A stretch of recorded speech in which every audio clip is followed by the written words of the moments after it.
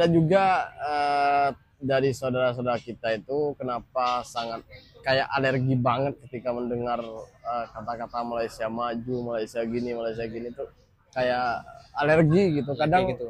itu karena mereka kurang pengetahuan tentang Malaysia. Betul.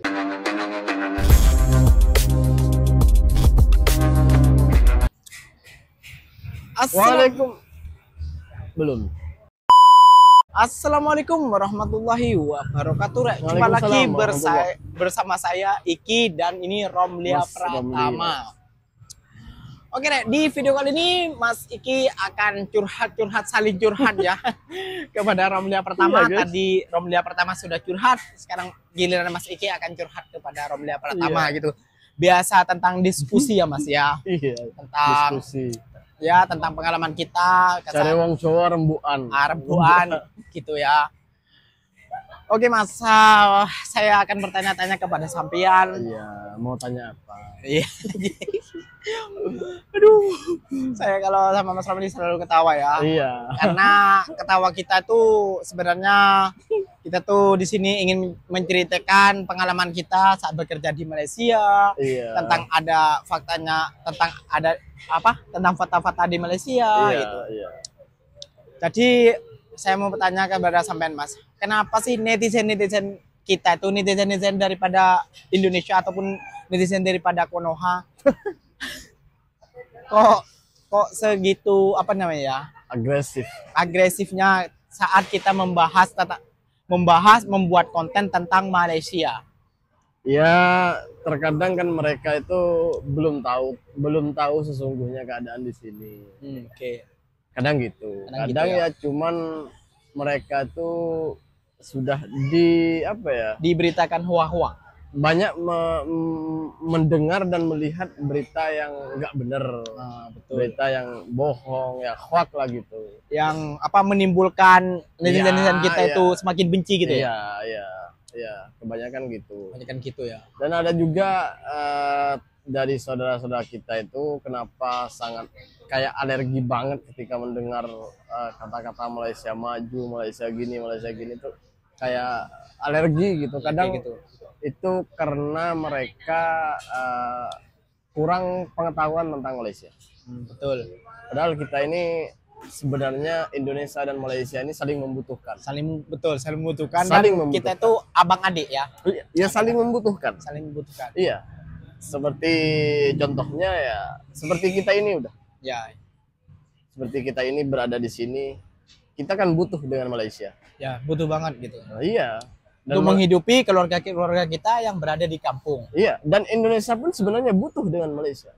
Malaysia pun juga butuh dengan Indonesia. Betul. Kebutuhan Malaysia ialah karena kekurangan pekerja di sini. Jadi itulah kenapa kita itu sampai ke sini. Ya. Indonesia butuhnya karena kurangnya lapangan pekerjaan di Indonesia. Jadi butuh pekerjaan. Gitu.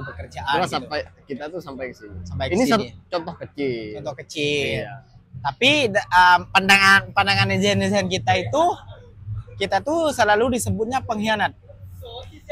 Kita lihat dulu apa sih yang dikhianatin kita. Iya.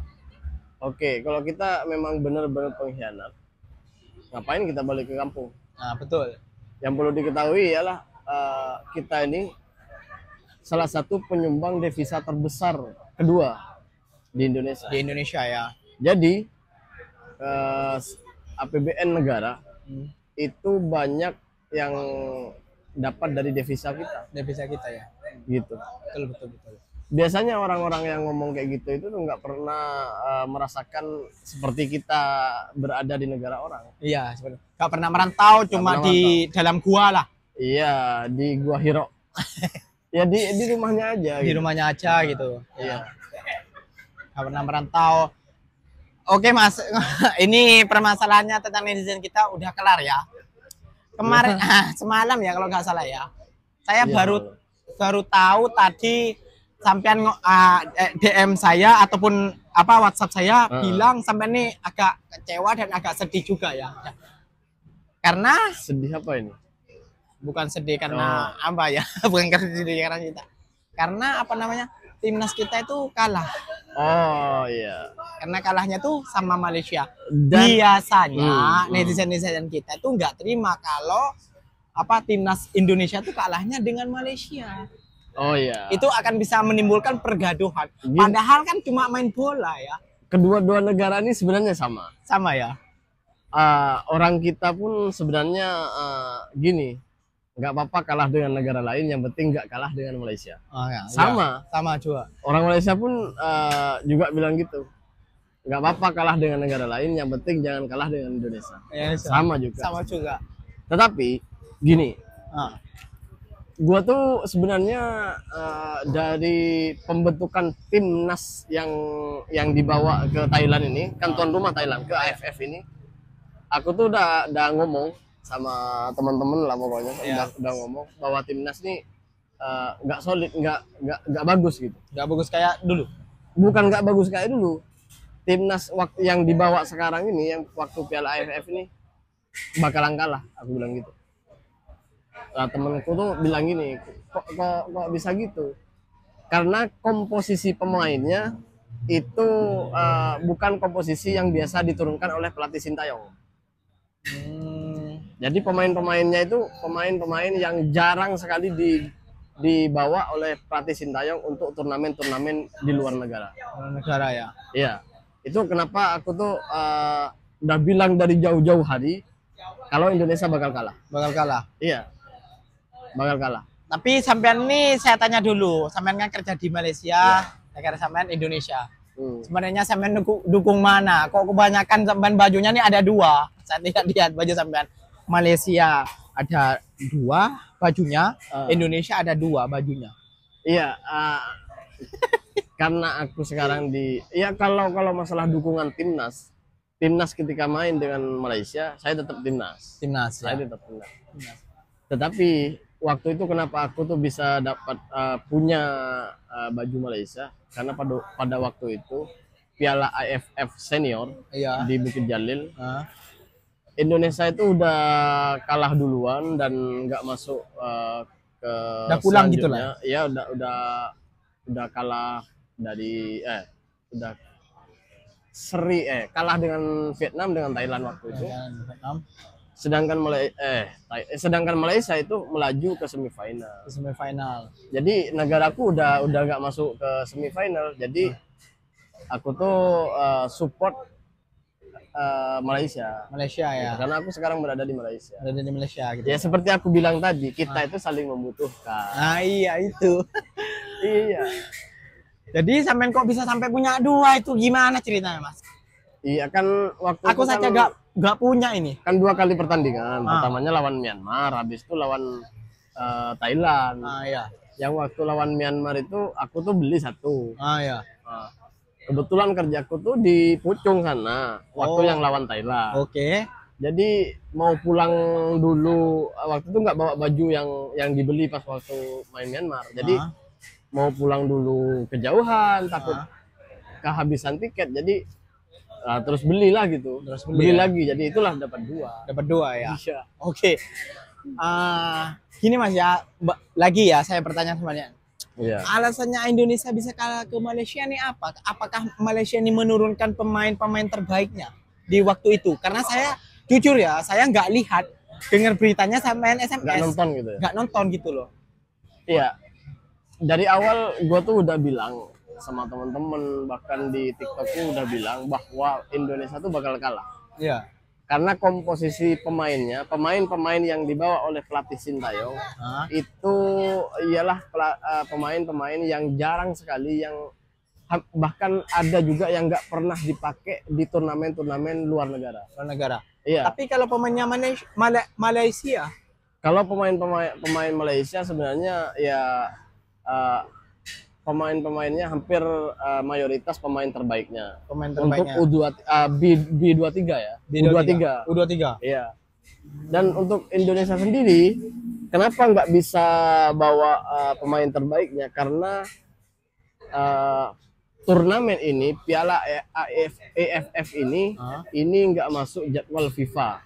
Jadi sulit sekali untuk pelatih Sintayong menurunkan pemain-pemain terbaiknya untuk mengikuti pertandingan ini atau turnamen ini. Itulah sebabnya Sintayong itu kebingungan untuk memilih pemain. Ya. Iya. Dan yang dibawa semalam itu yang bertanding dengan Malaysia itu banyak yang belum punya pengalaman bertanding dengan negara lain. Hanya berpengalaman di liga-liga Indonesia. Liga Indonesia. Gitu. Oke, so yang dibawa dengan Malaysia, Mas?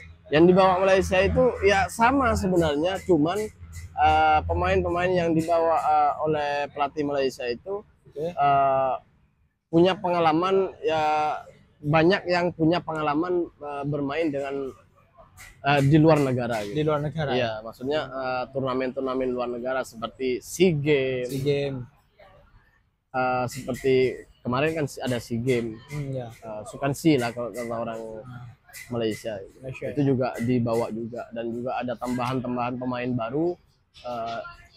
Pemain Malaysia itu menurut saya itu untuk permainan semalam ini kedua-duanya memuaskan ya. Seperti Malaysia menggunakan strategi counter attack. Jadi bertahan dari babak satu itu memang Malaysia tuh bertahan ya. Dan Indonesia sendiri itu menyerang menggunakan formasi strategi menyerang. Makanya semalam itu, dan counter attack-nya sangat baik dari Malaysia. Dari Malaysia ya? Iya, sangat baik. Sangat baik ya? Iya, sampai menghasilkan 2 gol memastikan kekalahan Indonesia. Iya. Oke, jadi sampean lihat di live itu gak ada komentar-komentar daripada dua belah pihak. Waktu live tuh rame banget. Waktu live pasti rame banget. Udah tahu netizen kita kayak gitu kan. Ya. Saling aja. Aku tuh udah bilang jangan saling ejek, jangan saling gini. Biasanya orang-orang itu akan menyalahkan pelatihnya. Pelatihnya ya. Padahal kalau kita berpikir dengan baik dan melihat, bukan sepenuhnya kesalahan pelatih. Bukan karena pelatih ya. Kan? Iya. Pelatih Sintayong ini kesulitan loh cari pemain. Iya. Cari pemain yang pengen dia bawa. Kesulitan loh. Kenapa?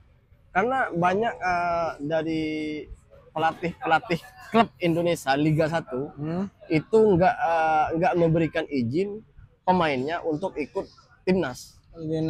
Karena Piala AFF ini nggak ada jadwal FIFA. Kalau jadwal FIFA iya, gitu ya? Kalau ada jadwal FIFA seperti Asian Games, seperti Piala Asia atau pertandingan persahabatan itu ada jadwal FIFA. Itu wajib pelatih melepas pemainnya untuk timnas. Dan yang sekarang ini karena nggak ada jadwal FIFA, jadi nggak ada kewajiban klub untuk melepas pemainnya. Gitu. Jadi seperti Sintayong itu kesulitan ya Mas ya, untuk mencari pemain terbaik gitu. Jadi begitulah ya Mas ya, alasannya apa?